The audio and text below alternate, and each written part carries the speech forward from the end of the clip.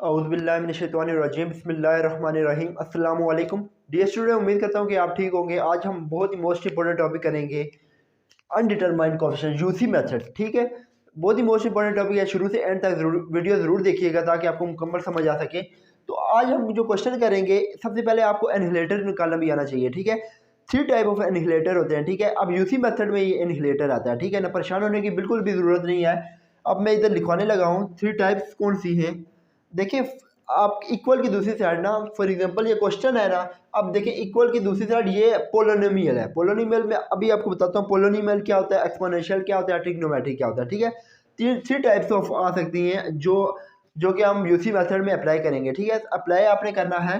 सबसे पहले आप लिखें अप्लाई जो है, ये यूसी मेथड जो हम पढ़ रहे हैं, या तो ये एक्सपोनेंशियल हो सकता है, एक्सपोनेंशियल। सेकंड जो है वो हो सकता है ट्रिग्नोमेट्री, ट्रिग्नोमेट्री मैट्री। एंड थर्ड जो है वो पोलोनिमियल, पोलिनोमियल। अच्छा, याद रखें कि जो ट्रिग्नोमेट्री है ना, ट्रिग्नोमेट्री साइन या कॉस के लिए इस्तेमाल होती है। ठीक है, साइन कॉस दोनों हो सकते हैं, या इसके अलावा कोई नंबर नहीं हो सकता। ठीक है, ये भी कंडीशन है। जो ट्रिग्नोमेट्री है ये साइन या साइन और कॉस। अब देखिए, पोलोनिमियल आपको पता होना चाहिए कि एक्स की पावर जो है 1 भी हो सकती है, 2, 3। ठीक है, एक्स मतलब कि फॉर एग्जांपल एक्स की पावर 0। ठीक है, डिग्री डिग्री पे जैसे ये 54 है, ये भी पोलोनिमियल है। कैसे? एक्स की पावर 0 है ना, एक्स की पावर 0 1 होता है, 54 1 था 54। तो ये आप देखिए एक्सपोनेंशियल क्या होता है, ई की power and trigonometry sine cos. ठीक है, अब देखिए यूसी मेथड में हम इस्तेमाल कैसे करेंगे, एनहिलेटर को कैसे निकालेंगे, इंशाल्लाह ताला आपको कंसेप्ट के साथ समझ आएगा, लेकिन आपने वीडियो को स्किप ना करिएगा। ठीक है, अब देखिए, अब सबसे पहले हम क्वेश्चन को सॉल्व करते हैं। क्वेश्चन देखिए, ये सेकंड ऑर्डर डेरिवेटिव है, तो अब देखिए इसका मतलब ये है कि अब D over D square by over d x square लिखा है ना, इसका मतलब यही हुआ ना। तो अब देखिए -9y इक्वल टू 54 हो गया। ठीक है, याद रखें ये होमोजेनियस और नॉन होमोजेनियस का भी आपको पता होना चाहिए कि होमोजेनियस होता है इक्वल टू 0 होना चाहिए। ठीक है, तभी होमोजेनियस होगी, अदरवाइज ये नॉन होमोजेनियस है। ठीक है, याद रखेंगे जब भी इक्वल की दूसरी साइड जो है, अगर तो वो कोई फंक्शन दे तो वो नॉन होमोजेनियस है। ठीक है, अगर इक्वल 0 हो जाए, इक्वल टू 0, तो ये होमोजेनियस है। ठीक है, तो अब देखिए नॉन होमोजेनियस को हम सॉल्व कर रहे हैं। ठीक है, नॉन होमोजेनियस को सबसे पहले हम होमोजेनियस में कन्वर्ट करेंगे, जब इक्वल टू 0 करेंगे। ठीक है, और उसके कुछ स्टेप है वो आपने याद रखना है, टेंशन बिल्कुल भी नहीं लेनी। आप समझे, इंशाल्लाह ताला आपको कंप्लीटली कंसेप्ट के साथ समझ आएगा।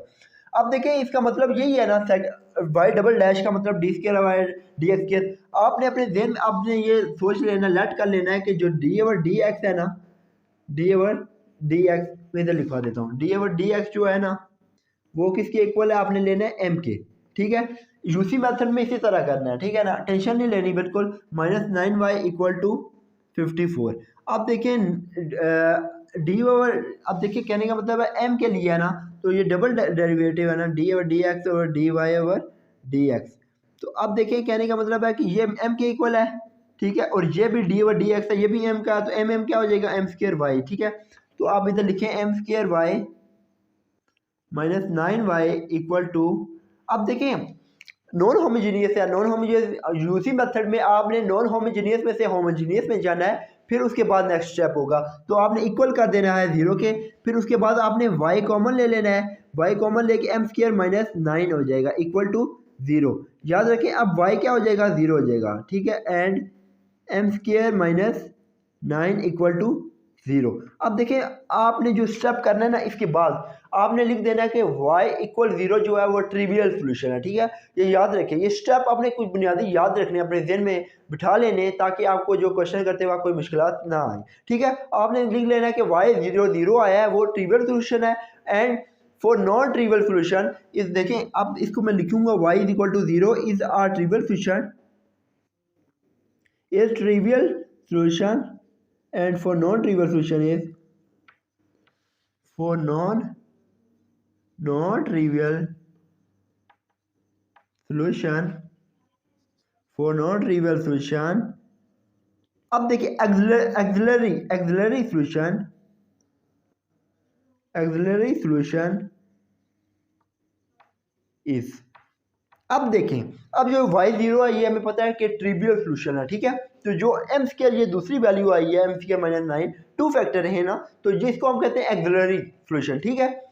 याद रखें एक्सिलरी सोल्यूशन कहते हैं। अब देखें हम ट्रिवियल सोल्यूशन को डिफाइन कर चुके हैं, अब एक्सिलरी सोल्यूशन की तरफ आते हैं। m² - 9 equal to 0। अब देखें -9 दूसरी तरफ जाके क्या हो जाएगा, प्लस हो जाएगा। तो अब m की क्या वैल्यू आ जाएगी, +-3। इतनी समझ आ गई आपको? अगर आपको समझ आई है तो कमेंट जरूर करें ताकि थोड़ा सा दिल मुतमिन हो जाए कि बच्चों को समझ आ रही है, ठीक है। अब देखिए इसके बाद हमने ये करना है कि m की 2 वैल्यू आ गई हैं, ठीक है। तो अब ये आपने समझना है कि आपने कम्प्लीमेंट्री सोल्यूशन कैसे लिखना है, कम्प्लीमेंट्री सोल्यूशन, ठीक है। फॉर कम्प्लीमेंट्री सोल्यूशन ये मैं आपको स्टेप बाय स्टेप करा रहा हूँ बिल्कुल स्लोली ताकि आपको समझ आ सके, ठीक है। अब देखिए कम्प्लीमेंट्री सोल्यूशन लिखने का ये तरीका है, complementary solution of y equal to, देखिए 3 और -3 आई है ना, तो आपने जो पहली वैल्यू है 3 ना, उसको c1 e⁻³ लिख देना है, ठीक है। आप देखें ये कहने का मतलब है c1 e⁻, जो समझे ये a b है ना, a की वैल्यू 3 आई है तो इधर a लिखें 3, इसके साथ x आपने डाल लेना, ठीक है, ax, ठीक है, प्लस c2, ये आपने याद ध्यान में बिठाना है, जब प्रैक्टिस करेंगे आपको समझ आ जाएगी। c1 एंड c2 होगा और e⁻b क्या होगी, -3 और x आ जाएगा इसी तरह, ठीक है। अब देखें ये कम्प्लीमेंट्री सोल्यूशन हो गया, ठीक है। अब जनरल सोल्यूशन क्या होता है, general solution for general solution is, general solution जो है वो क्या होगा, अब yc जो है वो y में कन्वर्ट हो जाएगा, c1 e3x plus c2 e⁻-3x। अब देखिए ये आपका जनरल सोल्यूशन आ गया, ठीक है। बिल्कुल भी आपने टेंशन नहीं लेनी, बहुत इजी कंसेप्ट है। अब देखिए अब ये आपके पास y की वैल्यू आ गई है, ठीक है।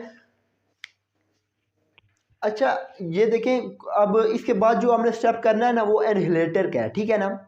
एनहिलेटर का उसका मैंने आपको बताया है कि यूसी मेथड में जो एनहिलेटर है उसकी 3 टाइप्स हैं, पोलिनोमियल, ट्रिग्नोमेट्री एंड एक्सपोनेंशियल, ठीक है। इन तीनों के आपको फार्मूले जब आएंगे ना तभी आप यूसी मेथड में आप उनको पुट करके आप उसका इजीली आपको समझ भी आएगा और आप इजीली सॉल्व कर लेंगे, ठीक है। अब मैं इसको रेस करने लगा हूँ इसको बच्चों, और मैं इधर आपको एक्सपोनेंशियल, पोलिनोमियल एंड ट्रिग्नोमेट्री के फार्मूले लिखवाने लगा हूँ, ठीक है। अब देखें कि ये हमने कर लिया इतना, अब एनहिलेटर हमने फाइंड करना होता है, ठीक है। एनहिलेटर के लिए आपने ये करना है कि सबसे पहले पोलिनोमियल का आपने याद रखना है, जो फार्मूला होता है पोलिनोमियल का वो होता है इज इक्वल टू m⁻n, ठीक है। एंड ट्रिग्नोमेट्री का फार्मूला ये होता है ट्रिग्नोमेट्री इज इक्वल टू, अब देखें ये हो जाएगा x², आपने ये याद रखना है x² m² - 2m plus a² plus b² bracket बंद की पावर n, ठीक है। m² - 2m plus a² plus b² का होल पावर n, ठीक है। पावर जो है वो n है। अब थर्ड फार्मूला जो एक्सपोनेंशियल का है वो क्या है, एक्सपोनेंशियल का फार्मूला जो है वो है m - a की पावर n। ये तीनों फार्मूले आपको आएंगे ना तभी आपको पता चलेगा कि इक्वल के साथ जो भी फंक्शन होगा ना, पोलिनोमियल है तो पोलिनोमियल एनहिलेटर यूज करके आपने निकाल लेना है, ठीक है। एनहिलेटर का मतलब ये है कि जो फंक्शन है वो पोलिनोमियल है, एक्सपोनेंशियल है या ट्रिग्नोमेट्री है, ठीक है, जो भी है तो वो उसको फार्मूले में पुट करके आप एनहिलेटर इजीली निकाल सकते हैं। अब देखें ये आपको समझ आ गया, तो आप देखें हमने जनरल सोल्यूशन निकाल लिया है, ठीक है। जो नेक्स्ट स्टेप है वो आपने एनहिलेटर निकालना है। अब देखिए इक्वल टू जो है 54 है ना, तो अब ये पोलिनोमियल है, मैं कैसे पोलिनोमियल है ये भी मैं आपको बताता हूँ। अब मैं आप साथ साथ लिख लिया करें, ठीक है ना, ताकि मैं ये मिटा दूँ, ये रेस करने लगा हूँ मैं। अच्छा ये मैं रेस कर दूँ। अब देखें अब मैं क्या करूँगा, अब मैंने ये करना है कि सबसे पहले आप लिखें एनहिलेटर, एनहिलेटर।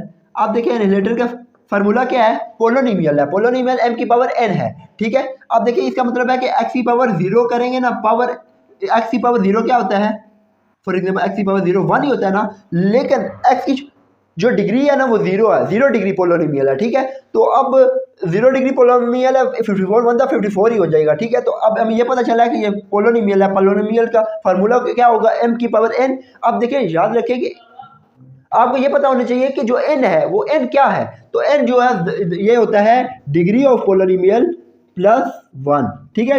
जो डिग्री होगी ना पोलिनोमियल की उसको आपने 1 में ऐड कर देंगे ना तो वो आपकी n की वैल्यू आ जाएगी, ठीक है। तो अब देखिए आपने क्या कर लेना है, सबसे पहले एनिहिलेटर जो है m क्या है, n आपने फाइंड कर लेना है, ठीक है। n आपके पास देखिए, याद रखें कि आपके पास n की वैल्यू क्या होगी, देखिए ये n की वैल्यू क्या है, 0 है, ठीक है। तो अब जब 0 इधर पुट करेंगे ना, डिग्री ऑफ पोलिनोमियल, अब देखिए x पोलिनोमियल है, उसकी डिग्री क्या है 0 प्लस 1 क्या हो जाएगा 1, n की वैल्यू क्या हो जाएगी 1, ठीक है।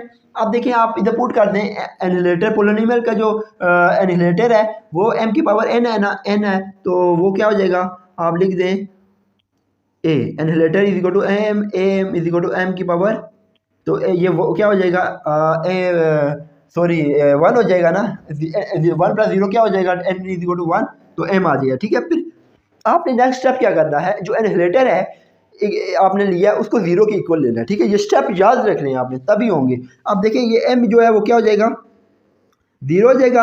अब देखिए m की जो पिछली वैल्यू भी आपने कुछ निकाली थी 2 बाद, अब देखिए ऐड करें m फॉर m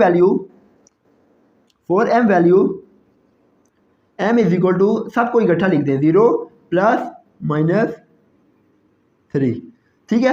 अब देखें आपने m की वैल्यू को इकट्ठा किया, अब आपने एक सोल्यूशन अब लिखना है, सोल्यूशन बनाना है, ठीक है। वो आप बनाएंगे y c star is equal to C1 E0 x plus C2 E3x plus C3 E minus 3x। अब देखिए ये 3 कॉन्स्टेंट बन रहे C1 C2 C3, क्यों वैल्यू 3 है, ठीक है। ये आपको समझ आ गया होगा, उम्मीद करता हूँ। अब मैं एक आप ये लिख लें जल्दी जल्दी ताकि ये मैं मिटा दूँ, ठीक है। फार्मूले आप लिख लें अपने जहन में, आप ये याद कर लें, ठीक है, ताकि कोई भी आ जाए ना इक्वल की दूसरी साइड, पोलिनोमियल आ जाए, एक्सपोनेंशियल आ जाए, ट्रिग्नोमेट्री आ जाए, तो आप इजीली सॉल्व कर सकें, ठीक है। तो ये मैं मिटाने लगा। डिग्री ऑफ पोलिनोमियल का भी आपको कंसेप्ट होना चाहिए। अच्छा जी, अब देखें, अब ये आप क्या आ जाएगा वाई सी स्टार, स्टार क्यों डाला है, थोड़ा फर्क करने के लिए, क्योंकि कम्प्लीमेंट्री सोल्यूशन जो है हमने पीछे निकाला है ना, लेकिन हमने अब m की वैल्यू को हमने सम अप किया और अब उसका जो सोल्यूशन बनाना है वो m वाई सी, वो जो कम्प्लीमेंट्री सोल्यूशन है वो उसका स्टार, वो मैंने थोड़ा सा फर्क डिफरेंस रखने के लिए किया, ठीक है। तो आप देखिए वाई सी जो है वो स्टार क्या हो जाएगा C1 e की power 0 1 plus C2 E3x plus C3 E minus 3x, ठीक है। अब देखिए आपने क्या करना है, इसके बाद जो स्टेप है आपने यूसी मेथड में करना है कंपेयर। आप देखिए इसको इक्वेशन 2 कह दें, इसको इक्वेशन 1 कह दें, ठीक है। अब आपने इसको कंपेयर करना है, ठीक है ना। कंपेयर आप करेंगे तो याद रखें कंपेयर कुछ इस तरह से करना है कि जो वाई सी है ना और वाई सी स्टार है, उस वाई सी में जो वैल्यू है ना वो वाई सी स्टार में आपने कट कर देनी है, माइनस कर देनी है, ठीक है। वाई सी में क्या थी, अब देखिए वाई सी में ये है ना C1 E3x, C1 E3x, मतलब कि कांस्टेंट का कोई ये देखिए कहने का मतलब ये है ना कि अब ये जो C1 है ना, ये C1 इधर भी आ सकता है और C2 इधर भी जा सकता है, कोई फ़र्क नहीं पड़ता, ठीक है। कांस्टेंट की टेंशन नहीं लेना, सिर्फ ये देखना है कि जो कांस्टेंट के साथ जो वैल्यू है वो कौन सी है, ठीक है, उसको मद्देनजर रख के आपने कैंसिल कर देना है।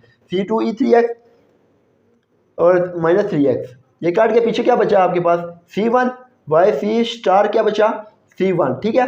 अब देखें आप, अब आपने इसके बाद जो करना है ना वो वाई सी स्टार को वाई पी में कन्वर्ट करने के लिए क्या करेंगे, जो कांस्टेंट के साथ जो कोफिशिएंट है वो आपने लिखना, ठीक है। अब देखें वाई पी है ना, y p is equal to, आपने इसको ए में ए चेंज, फॉर एग्जांपल C1 को मैंने ए कह दिया और जो इसका कोफिशिएंट है 1 होगा तो 1 ए हो गया, ठीक है। अब देखिए ये वाई पी हो गया, इतना समझ आ गया आपको।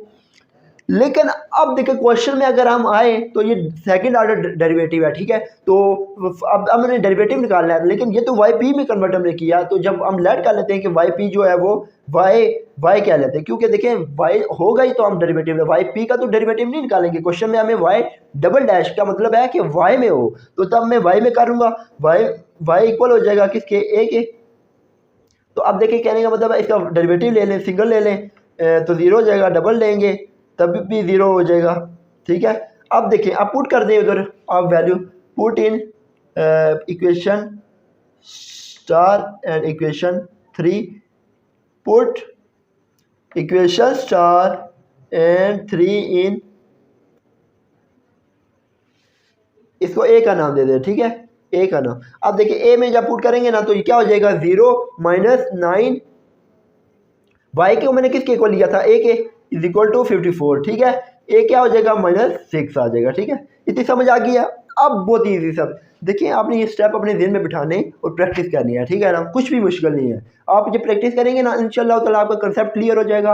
और जो मैंने आपको सिखाया और आप इसको एक बार मतलब कि देख के आप समझें और इसको आप ज़बानी करने की कोशिश करें, 2 मिनट में हो जाएगा, आपको समझ आ जाएगा। जो मैंने स्टेप बताए ना, यूसी मेथड के अनडिटरमाइंड कोएफिशिएंट कैसे निकालते हैं, उसके स्टेप वो अपने जेहन में रखें और करते जाए, इंशाल्लाह हो जाएगा। अब देखिए, आपने ए की वैल्यू निकाल लिया, ठीक है, यहाँ से ए की निकलेगी। क्यों ए की निकलेगी, बी की क्यों नहीं निकलेगी? क्योंकि देखिए इधर ए ही आया, ठीक है, ए की कॉन्स्टेंट टर्म थी जिसका ए है। अगर इधर C2 होता ना तो बी आ जाता, C3 होता तो उसका C3 का जो कोफिशिएंट है वो क्या आ जाता, हम सी ले लेते, बी लेते। तो अब देखिए ए की थी टर्म, तो इसका हमने डेरिवेटिव लेके पुट करके ए की वैल्यू निकाल लिया, ठीक है। अब आपने ये करना है कि इसको पुट कर देना है। इसको पुट कहाँ भी करेंगे आप इसको पुट करें अब इसको आप करें इधर। अब देखिए फार्मूला एक होता है y जनरल, अब हमने पर्टिकुलर सोल्यूशन लिख रहे हैं ना, y is equal to y c plus y p, ठीक है। अब देखिए वाई सी की क्या वैल्यू है आपके पास, वाई सी की C1 E3x plus C2 E-3x and Y P की क्या वैल्यू है, वाई पी किसके इक्वल है, वाई के वाई किसके इक्वल है, ए किसका है -6, ठीक है। तो आपका आंसर आ गया C1 E3x plus C2 E-3x-6। ये आपका आंसर आ गया। बच्चों उम्मीद करता हूँ कि आपको समझ आ गया होगा। अगर आपको ये वीडियो पसंद आई तो आप इसको सब्सक्राइब, लाइक, शेयर और अपने दोस्तों को भी बताएं ताकि उनको भी समझ आए, ठीक है। मिलते हैं नेक्स्ट वीडियो में, जब तक के लिए खुदा हाफिज़।